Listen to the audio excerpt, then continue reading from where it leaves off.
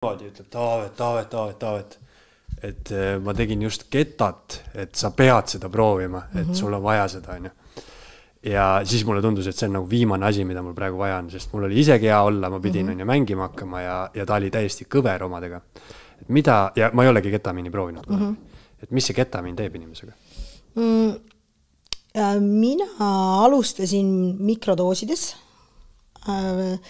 sellepärast, et ma olin kunagi teinud hapet 2014. aastal, aga ma ei olnud, ja mida ma ka soovitan minu arust noortele, mul on selle teemaline podcast endal plaanis vaikselt vermub peas, et rääkida ausalt narkootikumide tarbimisest ja turvalisest narkootikumide tarbimisest ja nii edasi. Aga ma tegin seda hapet 2014. aastal ma läksin kohe sinna jumala tasemel ära, see inimene ise ongi jumalast, jumal, põmm, ja siis mul hakkas paha, sest et seda teavet oli liiga palju, et ma ei olnud emotsionaalselt ja ma ei olnud vaimselt küps. Et minu arust psühhedeelikume võiks tegema hakata siis, kui sa oled ikkagi juba, mitte lihtsalt selleks, et olla peol ja ma ei tea, lükata mingi hape sisse või mingi keta sisse, et lihtsalt sellepärast, et olla, ma ei tea, pilves. Et, ja ma seda ketat hakkasin proovima hästi väikeste koguste kaupa. Ja ta järjest, ma kartsin enda pähe kinni jäädes, ma kartsin ennast kõige rohkem, ma kartsin, kuna ka igasugused diagnoositud siis impulsiivsed isiksushäired ja ma ei tea, mis seal kõik on. Ja ma kartsin ise ennast, sest et ma ei olnud ise enda sõber, jah, nüüd ma olen. Ja ma kartsin enda pähe kinni jääda ja siis ma hakkasin väikeste koguste haaval tegema ja siis järjest avas mingisuguseid siis neid traumasid mu sees, ta juhatas mind täpselt õigesse kohta, et keta on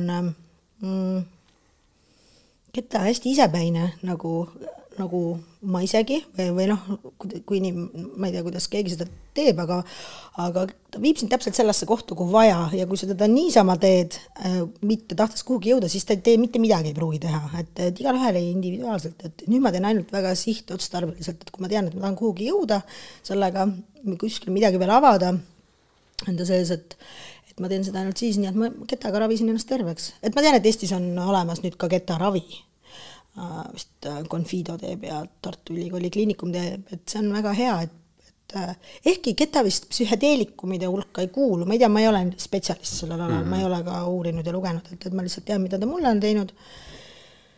Ja ma küll soovitan. Tehke ketamiini.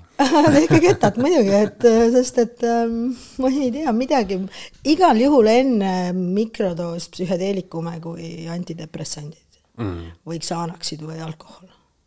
Aga mis, kui sa ütled, et kas sa ei hakka siis nagu trippima, et ta ei ole süke... Tähendab, sa võid trippida ka, et jah, ma ei tea, mis see, ja paljud ütlevad, et oi, ma keta-auk, minu arust on sellel nii gay hole, ma ütlen gay hole'i, sest et minu arust on see väga püha droog, vähemalt minu jaoks küll, et ma ei teagi, mida inimene otsib sealt, et kui sa tahad lihtsalt trippida, ma ei tea, mind see nagu ei huvita, et see lihtsalt trippimine, ma tahan ikkagi jõuda kuskil aga iseenese sisemusse jõudmine on ka trippimine, nii et jah.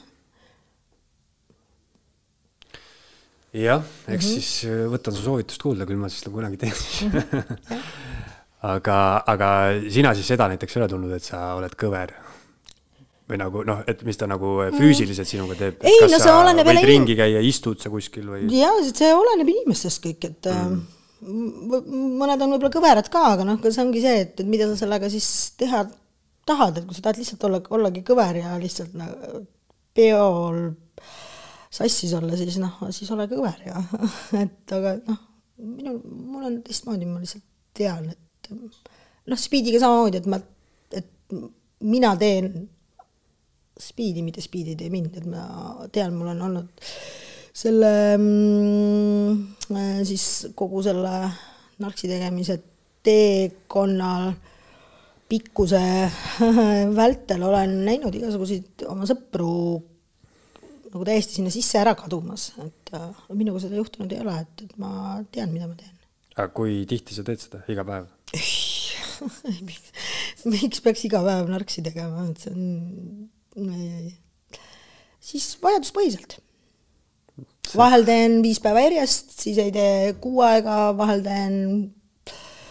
ma ei tee päris pikalt, ma ei tea, ma ei oska neid intervalle lugeda, siis vajaduspõhiselt, jah. Sest et mul on alati meeldinud see öösiti üleval olemine, et ja ma, nagu ma ütlesin, et siis kui ma 90. lõpus Pelgulinna kolisin, siis tulles Jõgevalt ja olles ainult joonud Viru Valge Black Curranti Sprite'iga, see oli kõige ekstreemsem kogemus, siis sellel ajal tegid kõik Pelgus narksi ja kõik süstisid, kõik minuvanused noored süstisid Antsu. Ja mu esimene peika oli,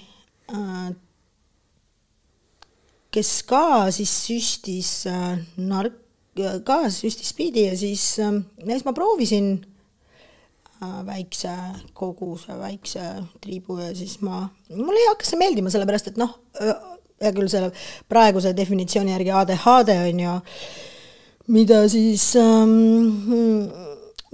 sellel ajal ei diagnoositudki, minu arust ei olnudki sellist asja olemas, aga nagu selline liiga, koolis olin samamoodi, et liiga elava loomuga ja liiga, mida iganes. Liiga palju energiat. Ja just, et see on mul kogu aeg olnud, aga nagu ma ka olen öelnud siis, mida noortele hästi tuleks nagu öelda, et see ei ole vaimne häire, see on supervõime, et vaimne häire kui supervõime, sest et see eristab.